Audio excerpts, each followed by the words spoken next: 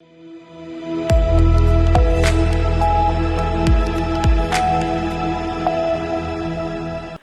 के बाद एक बार फिर स्वागत है आपका मध्य प्रदेश छत्तीसगढ़ बुलेटिन में। आपके साथ मैं हूं श्वेता तिवारी।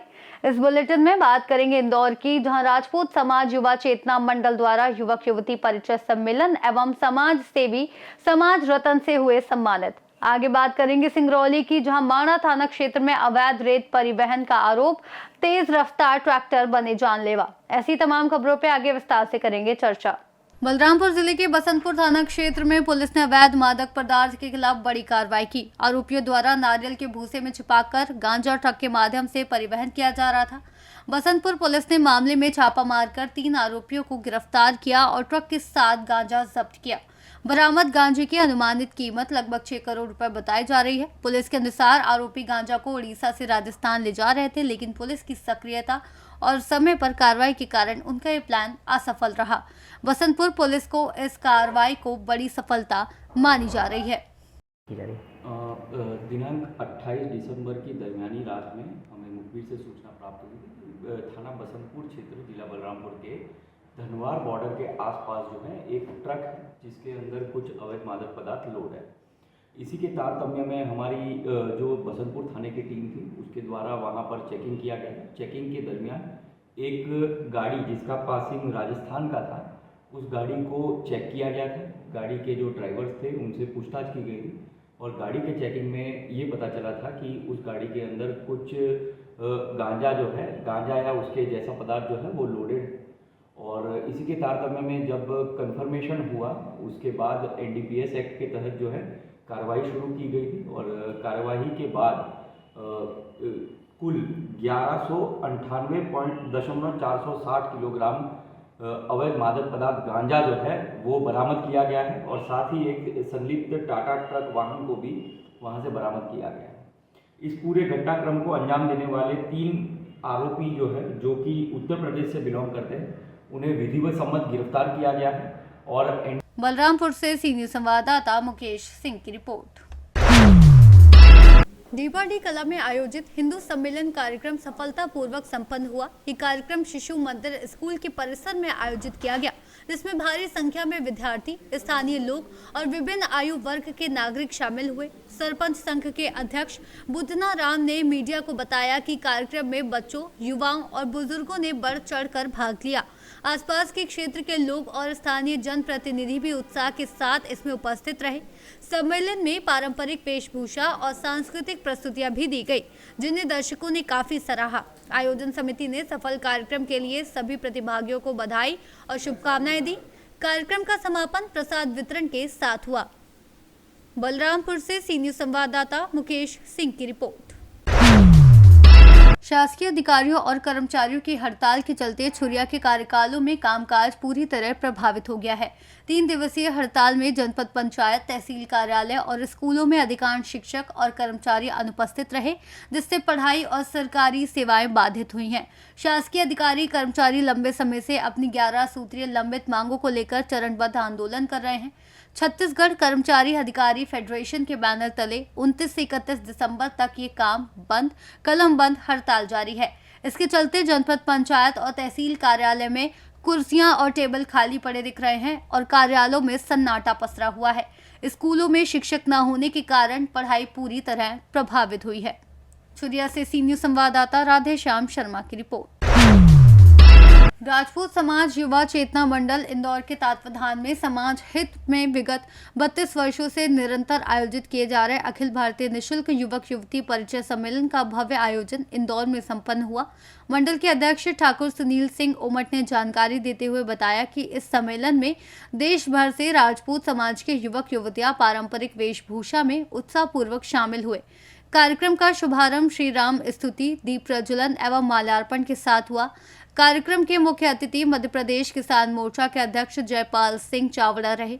विशेष अतिथियों में इंदौर के पूर्व कमिश्नर दीपक सिंह, अखिल भारतीय क्षत्रिय महासभा के उपाध्यक्ष विजय सिंह परिहार, उद्योगपति एवं समाज सेवी सुरेश सिंह भदौरिया शामिल रहे। अतिथियों का स्वागत मुकेश गौतम, पप्पू चौहान, राजू सिंह चौहान, तरन ठाकुर, चयन सिंह ठाकुर और अजय सिंह परिहार द्वारा किया गया। मंडल पदाधिकारियों मनोहर सिंह चौहान, सुनील सिंह सिकरवार और नारायण सिंह देवड़ा ने बताया कि इस वर्ष सम्मेलन में कुल 985 बायोडेटा प्राप्त हुए, जिनमें से 448 मंडल पदाधिकारियों मनोहर सिंह चौहान, सुनील सिंह सिकरवार एवं नारायण सिंह देवड़ा ने बताया कि इस वर्ष सम्मेलन में कुल 985 बायोडेटा प्राप्त हुए, जिनमें से 548 युवक एवं 437 युवतियां शामिल रहीं। अध्यक्ष ठाकुर सुनील सिंह उमट एवं सचिव अंतर सिंह सिसोदिया ने बताया कि सम्मेलन का मुख्य उद्देश्य समाज के भीतर ही योग्य जीवन साथी की तलाश को सरल बनाना एवं सामाजिक समरसता को सुदृढ़ करना है। बाहर से आए समाज बंधुओं के लिए निःशुल्क नाश्ता, भोजन एवं ठहरने की व्यवस्था की गई थी। कार्यक्रम का संचालन मनोहर सिंह चौहान, देवेंद्र सिंह राठौर एवं खुशबू वंश ने किया, जबकि अंत में सुनील सिंह सिकरवार ने आभार व्यक्त किया। राजपूत समाज युवा चेतना मंडल द्वारा यहाँ पर युवक युवती परिचय सम्मेलन का आयोजन हुआ और इसमें आपको एक समाज गौरव अवार्ड भी यहाँ पर दिया गया। साथ ही अखिल भारतीय क्षत्रिय महासभा का जिला अध्यक्ष चुने जाने पर आपका सम्मान भी हुआ, क्या कहना चाहेंगे? इसमें हम करीब 30 साल से समाज की सेवा कर रहे हैं, परिचय सम्मेलन से जुड़े हुए हैं, वो तन मन धन सम समाज के साथ में हैं। इसलिए समाज के लोगों ने ये निर्णय लिया है कि जो हमारे साथ में कंधे से कंधा मिला के वो समाज के लिए रात दिन करके सेवा में लगे रहते हैं, तन मन धन से हमेशा समाज के प्रति समर्पित रहते हैं। इस हमारी चेतना मंडल समिति ने अध्यक्ष महोदय पूरी टीम ने निर्णय लिया है कि भाई साहब का सम्मान किया जाए। इसमें हम तो सेवक लोग हैं और आगे भी हम सेवा करते रहेंगे। अब महासभा के आप अध्यक्ष हैं, जिला का क्या संदेश है सभी समाज के लिए, एकता के लिए, एकजुटता के लिए? अखिल क्षेत्रीय समाज के मैंने मुझे जिला अध्यक्ष की जवाबदारी दी है हमारे विजय सिंह जी परिहार साहब ने, तो मैं उनने विश्वास से मेरे को जो जवाबदारी दी है तो मैं पूर्ण विश्वास से मैं कहता हूँ कि मैं पूरे समाज को लेके चलूंगा और संगठित से सबको लेके काम करूंगा और समाज में जितना हो जाए उतना अच्छे से अच्छे काम करने की हम कोशिश करेंगे। जो भी जवाबदारी मिलेगी उसको मैं पूर्ण रूप से पूरा काम करूंगा। आपका परिचय दे दीजिए। अंतर सिंह जी सिसोदिया, छोटा बांगड़दा। ये कौन सा वर्ष है और क्या खास बात है इस वर्ष में? राजपूत समाज युवा चेतना मंडल द्वारा पिछले 32 वर्षों से अखिल भारतीय युवक युवती परिचय सम्मेलन आयोजित किया जा रहा है। यह 33वां अखिल भारतीय युवक युवती परिचय सम्मेलन आज यहाँ आयोजित हो रहा है। इसकी खास बात यह है कि इस बार हमें पत्रिका में लगभग 95% ऐसे बायोडाटा प्राप्त हुए हैं जो उच्च शिक्षित हैं, डॉक्टर हैं, इंजीनियर हैं, सीए हैं और विदेशों में जो कार्य कर रहे हैं तथा अच्छा पैकेज जो ले रहे हैं, उन लोगों ने अपने बायोडाटा दिए हैं और इस पत्रिका को हमारा संपन्न कराया है। कुछ लोगों को राजपूत रत्न से सम्मानित भी किया गया है। समाज में ऐसे सेवा कार्य जिन्होंने अच्छा काम किया है, सेवा काम किया है, ऐसे हमारे श्री अंतर सिंह जी ठाकुर साहब, श्रीमती कृष्णा ठाकुर जी और विशेष सम्मान से श्री श्याम ठाकुर जी को हमने सम्मानित किया है। समाज के प्रतिभाशाली बच्चों को भी आज यहाँ मंच से समाज के ऐसे प्रतिभाशाली बच्चे जिन्होंने अच्छे अंक प्राप्ति किए हैं 10वीं और 12वीं में तथा ऐसे बुजुर्ग जो 80 वर्ष अपनी आयु पूर्ण कर चुके हैं और समाज की धरोहर हैं, उनका भी हमने यहाँ सम्मान किया है। आज इस पूरा आयोजन में पूरा समाज एक जाजम पर दिखाई दे रहा है, वरिष्ठ से लेकर कनिष्ठ, क्या कहना चाहेंगे? पूरा समाज आपके आयोजन में आता है। ये सब एक सेवा भाव है। हम जिस सेवा भाव से यह कार्य कर रहे हैं उसी का यह परिणाम है कि आज इतनी बड़ी तादाद में सुजाति बंधु यहाँ इकट्ठा हुए हैं। आपका परिचय दे दीजिए। मैं ठाकुर सुनील सिंह उमट, अध्यक्ष राजपूत समाज युवा चेतना मंडल इंदौर। इंदौर से सी न्यूज संवाददाता राकेश रायकवार की रिपोर्ट। पन्ना जिले के गुनौर में महिला बाल विकास विभाग को शर्मसार करने वाला मामला सामने आया है। यहां आशा कार्यकर्ताओं से मीटिंग के नाम पर अवैध रूप से रुपए वसूले जाने का आरोप लगा है। इस पूरे मामले का एक वीडियो सोशल मीडिया पर तेजी से वायरल हो रहा है, जिसमें कथित तौर पर परियोजना अधिकारी की शह पर सुपरवाइजर द्वारा आशा कार्यकर्ताओं से रुपए लेते हुए दिखाया जा रहा है। वीडियो सामने आने के बाद विभाग में हड़कंप मच गया। बताया जा रहा है कि आशा कार्यकर्ताओं को मीटिंग में बुलाकर उनसे विभिन्न बहानों से दबाव बनाकर रिश्वत ली जाती थी। जब इस अवैध वसूली का वीडियो वायरल हुआ तो मामला उच्च अधिकारियों तक पहुंच गया। मामले की गंभीरता को देखते हुए महिला बाल विकास अधिकारी ने पूरे प्रकरण की जांच के आदेश दिए हैं। अधिकारी का कहना है कि जांच रिपोर्ट आने के बाद दोषियों के खिलाफ सख्त कार्रवाई की जाएगी। फिलहाल ये मामला गुनौर थाना क्षेत्र का है और प्रशासन की नजर पूरे घटनाक्रम पर बनी हुई है। अब देखना होगा कि जांच में क्या सामने आता है और जिम्मेदारों पर क्या कार्रवाई होती है या नहीं, कि राजनीतिक दबाव में रिश्वत लेने के इस मामले को रफा दफा कर दिया जाता है। मेरे संज्ञान में भी वो वीडियो आया था और तत्काल मैंने उस पर्यवेक्षक को नोटिस जारी किया है। उनका जवाब प्राप्त होते ही आगामी कार्रवाई की जाएगी और प्रथम दृष्टया उस वीडियो को देखने के बाद मैंने वहाँ के सीडीपीओ को निर्देशित किया है कि उनका सेक्टर तत्काल परिवर्तित करें। संभवतः हो गया होगा और जैसे भी आगे कार्रवाई जो होगी वो आपको सूचित की जाएगी। वीडियो में क्या दिख रहा सर? वीडियो में राशि कलेक्शन का दिख रहा है, लेकिन उनका चूँकि चेहरा उसमें मुझे नहीं देख पा रहा था, इसलिए अन्य वीडियो भी मैंने मांगे हैं आप लोगों से भी और अन्य पत्रकार बंधुओं से भी और कार्यकर्ताओं से भी कि अगर कोई अन्य वीडियो है जिसमें कुछ स्पष्ट हो कि वो किस विषय का है और उसमें जो पर्यवेक्षक दिख रही हैं वो स्पष्ट दिखे। वो सर वो महिला जो पर्यवेक्षक है वो विवाद में रही है, गुनौर में जहाँ भी जाती है इसमें विवाद में रहती थी। वो मेरे संज्ञान में ये पहली बार मामला आया है, लेकिन अगर वो सिद्ध पाया जाता है तो उन पर शासन के नियमानुसार कठोरतम कार्रवाई की जाएगी। कुछ नोटिस वगैरह भी जारी हुए हैं? जी, मैंने नोटिस जारी किया है। वो वीडियो देखते साथ ही मैंने नोटिस जारी किया। क्या कार्रवाई करेंगे सर? मैंने बोला ना, शासन के नियमानुसार कठोरतम कार्रवाई जो संभव होगी, अगर वो सत्य पाया जाता है तो वो की जाएगी। सर महीने में जो मीटिंग होती है उसमें कार्यकर्ताओं की उनसे पैसे लिए जाते हैं, वहाँ का भर नहीं है, पूरे जिले की स्थिति यही है, इसमें क्या आप कहेंगे? मेरे संज्ञान में अभी तक किसी ना आंगनबाड़ी कार्यकर्ता न पर्यवेक्षक न अन्य किसी माध्यम से इस तरह का विषय कभी भी संज्ञान में आया है। और मैंने भी मीटिंग ली है, कई कार्यकर्ताओं की मीटिंग ली, पर्यवेक्षक की लगातार लेते रहते हैं, अन्य माध्यम से भी जानकारी लेते रहते हैं। इस तरह की जानकारी नहीं आई। सर किसको नोटिस जारी किया है? वहाँ की जो पर्यवेक्षक थी चौरसिया मैडम। पन्ना से सी न्यूज़ संवाददाता रीना सोनी की रिपोर्ट। बैरुंदा तहसील से करीब 15 किलोमीटर दूर कोलार नदी पर जर्जर पुल की समस्या को लेकर जिम्मेदार विभाग निष्क्रिय बैठा था। वहीं निजी कंपनी ने सामाजिक जिम्मेदारी निभाते हुए अस्थायी मार्ग का निर्माण कर मिसाल पेश की है। Euphoria mines and minerals consortium एवं पावर मैक द्वारा लगभग 25 से 30 लाख रुपए की लागत से कोलार नदी पर 500 मीटर लंबा अस्थायी रास्ता बनाया गया है। ये मार्ग ग्राम छिंदगांव, बड़गांव, आंबा, बाबरी, डिमावर और खड़गांव को तहसील मुख्यालय से जोड़ता है। इस क्षेत्र का पुराना पुल वर्ष 2009 में बना था, लेकिन अब पूरी तरह जर्जर हो चुका है और विभाग द्वारा मरम्मत नहीं कराई गई थी। इससे ग्रामीणों को वर्षा के दौरान आवागमन में काफी परेशानी का सामना करना पड़ता था। कंपनी ने इस अस्थायी मार्ग को खोपरा, मिट्टी, मुर्रम और गिट्टी डालकर 4 लाइन का बनाया है। साथ ही पानी की निकासी के लिए 24 पुलियों का निर्माण भी किया गया। ये कार्य कंपनी ने मात्र 24 घंटे में पूरा किया, जिसकी ग्रामीणों स्थानीय अधिकारियों ने सराहना की। कंपनी के general manager Vinod Kumar, manager Dinesh Kumar, manager Ramesh Anna और राहुल रघुवंशी ने इस कार्य में महत्वपूर्ण भूमिका निभाई। इस एक्चुअल में क्या हो रहा था, ग्रामीणों को आवागमन में असुविधाएं हो रही थी। ये ब्रिज गिरने वाला है, इसे देखते हुए कंपनी द्वारा निर्णय लिया गया और ये अस्थायी रूप से पुल का निर्माण किया जा रहा है। ये पुल कब बना था, पुराना वाला किस प्रकार? लगभग 2009 के आसपास बना है। अभी क्या दिक्कत आ रही है इसमें? अभी दिक्कत यह है, उसमें ओवरलोड वाहन तो निकल ही नहीं सकते और बाकी अपने कृषि वाहन भी नहीं निकल पा रहे। उसमें दरारें हैं, टूटने की कंडीशन में, कभी भी गिर सकता है, दुर्घटना हो सकती है, जान माल को क्षति पहुंच सकती है। पुल को लेके अधिकारी को क्या एक्शन है?